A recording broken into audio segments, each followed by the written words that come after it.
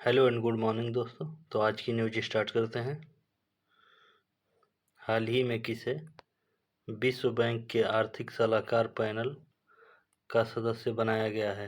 आइए ऑप्शन देखते हैं। पहला ऑप्शन है राकेश मोहन, दूसरा ऑप्शन है अनिल कुमार खंडेलवाल, तीसरा ऑप्शन है अरुण कुमार मिश्रा, चौथा ऑप्शन है डॉक्टर अरविंद पनगड़िया। तो ऑप्शन सही है इसमें आपका दूसरा। ठीक है, अनिल कुमार खंडेलवाल। अब आगे देख लेते हैं। वह वर्तमान में centre for social and economic progress CSEP में मानद अध्यक्ष हैं। अगला पॉइंट, वह प्रधानमंत्री की आर्थिक सलाहकार परिषद के अंशकालिक सदस्य के रूप में भी कार्यरत हैं। अगला पॉइंट, वह भारतीय रिजर्व बैंक के पूर्व डिप्टी गवर्नर हैं। उन्होंने पहले अंतर्राष्ट्रीय मुद्रा कोष IMF के बोर्ड में कार्यकारी निदेशक के रूप में कार्य किया है। अगला पॉइंट, उन्होंने वित्त मंत्रालय में आर्थिक मामलों के सचिव और मुख्य आर्थिक सलाहकार के रूप में भी कार्य किया है। अब आगे देख लेते हैं। लॉर्ड निकोलस स्टर्न विश्व बैंक पैनल की अध्यक्षता करेंगे।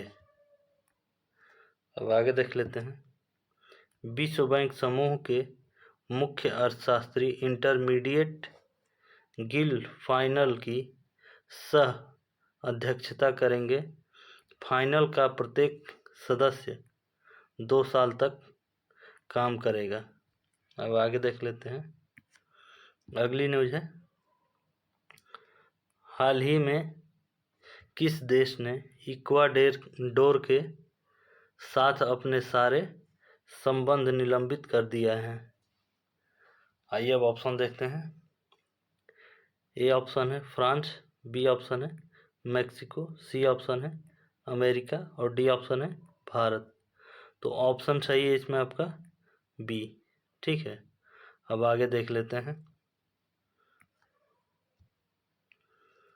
मैक्सिको ने यह कार्यवाही इक्वाडोर के पूर्व उपराष्ट्रपति जॉर्ज ग्लास की गिरफ्तारी के बाद की। 5 अप्रैल 2024 को जॉर्ज ग्लास को क्विटो स्थित मैक्सिकन दूतावास से इक्वाडोर के अधिकारियों ने हिरासत में ले लिया था। अब आगे देखते हैं। अगला पॉइंट है, जॉर्ज ग्लास पर 2 बार भ्रष्टाचार का आरोप लगाया गया था। अब आगे देखते हैं। अगला पॉइंट है, दिसंबर से जब उन्होंने राजनीतिक शरण मांगी, जॉर्ज ग्लास क्विटो में दूतावास में थे। अब आगे देख लेते हैं। मैक्सिकन राष्ट्रपति और एंड्रेस मैनुअल लोपेज ओब्रेडोर ने के अनुसार गिरफ्तारी से पहले पुलिस क्विटो में मैक्सिको के दूतावास में जबरन घुस गई।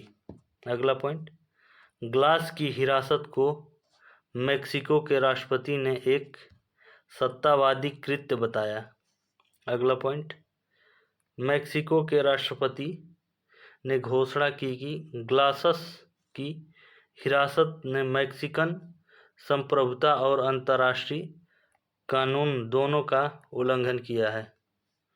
अब आगे देख लेते हैं। अगला पॉइंट है, इक्वाडोर के राष्ट्रपति ने पहले घोषणा की थी कि उनका देश संप्रभु है और वह किसी भी अपराधी को आज़ाद नहीं रहने देगा।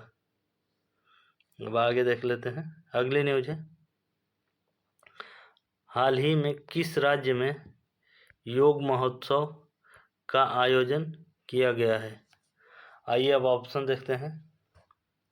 ए ऑप्शन है छत्तीसगढ़, बी ऑप्शन है मध्य प्रदेश, सी ऑप्शन है राजस्थान और डी ऑप्शन है महाराष्ट्र।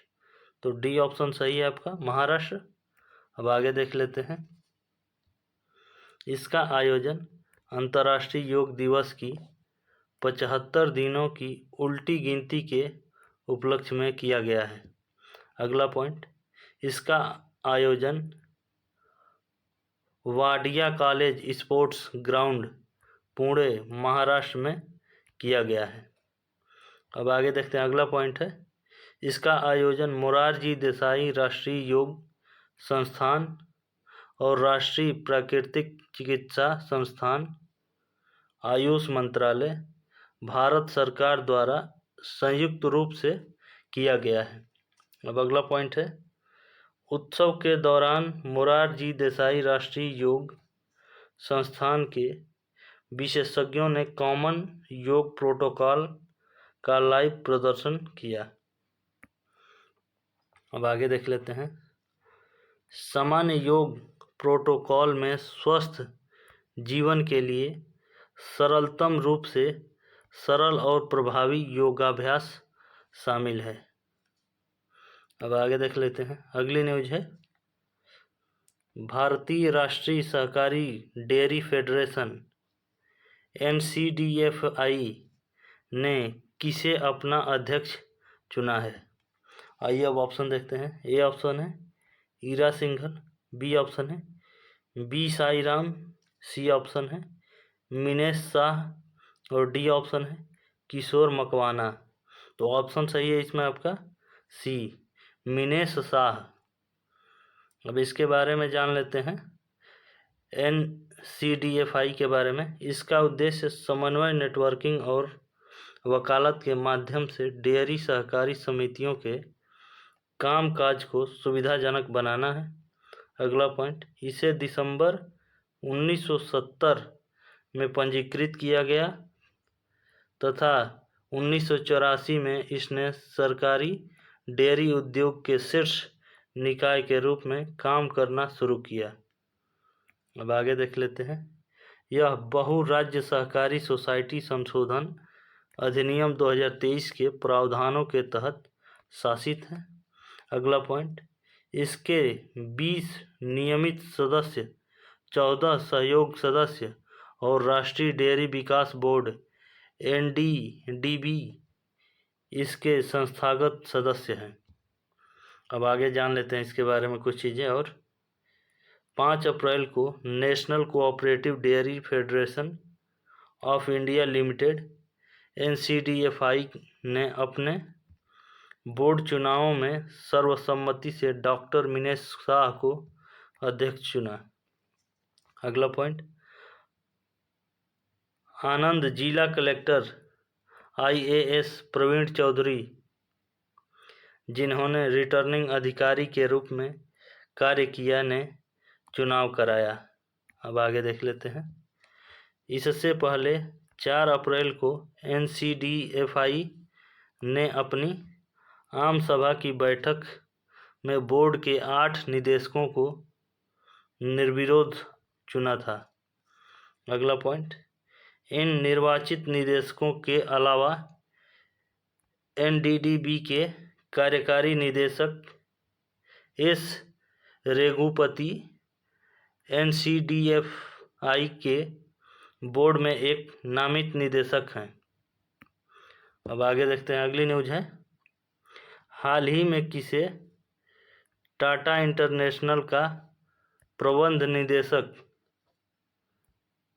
MD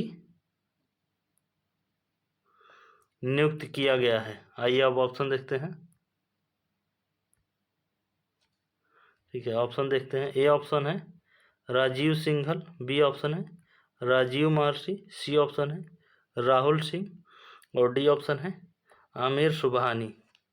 तो ऑप्शन इसमें आपका सही है ए, राहुल सिंह हैं CBSE बोर्ड के अध्यक्ष बने हैं और आमिर सुबहानी बिहार विद्युत विभाग के अध्यक्ष बने हैं। अब आगे जान लेते हैं, 1 अप्रैल को टाटा समूह की वैश्विक व्यापार और वितरण शाखा टाटा इंटरनेशनल ने राजीव सिंघल को अपने प्रबंध निदेशक MD के रूप में नियुक्त करने की घोषणा की। अगला पॉइंट, 1 अप्रैल से नए पद पर नियुक्त सिंघल ने आनंद सेन का स्थान लिया, जो 31 मार्च 2024 को सेवानिवृत्त हुए हैं। अब आगे देख लेते हैं। इससे पहले सिंघल टाटा इंटरनेशनल में कार्यकारी निदेशक और मुख्य परिचालन अधिकारी COO थे। अब आगे देख लेते हैं। अगला पॉइंट है 36 वर्षों से अधिक के अनुभव के साथ सिंघल टाटा स्टील में चले गए, जहां उन्होंने उपाध्यक्ष, विपणन और फ्लैट उत्पाद बिक्री सहित विभिन्न पदों पर कार्य किया। अब अगला पॉइंट है चुनिंदा व्यवसायों में विनिर्माण क्षमताओं के साथ टाटा इंटरनेशनल लिमिटेड एक अग्रणी व्यापारिक और वितरण कंपनी है। अब आगे देख लेते हैं। अगला पॉइंट है जिसके कार्यालयों और सहायक कंपनियों का नेटवर्क अफ्रीका, यूरोप, मध्य पूर्व, लैटिन अमेरिका और एशिया के 29 से अधिक देशों में फैला हुआ है। तो आज की न्यूज़ हम समाप्त करते हैं।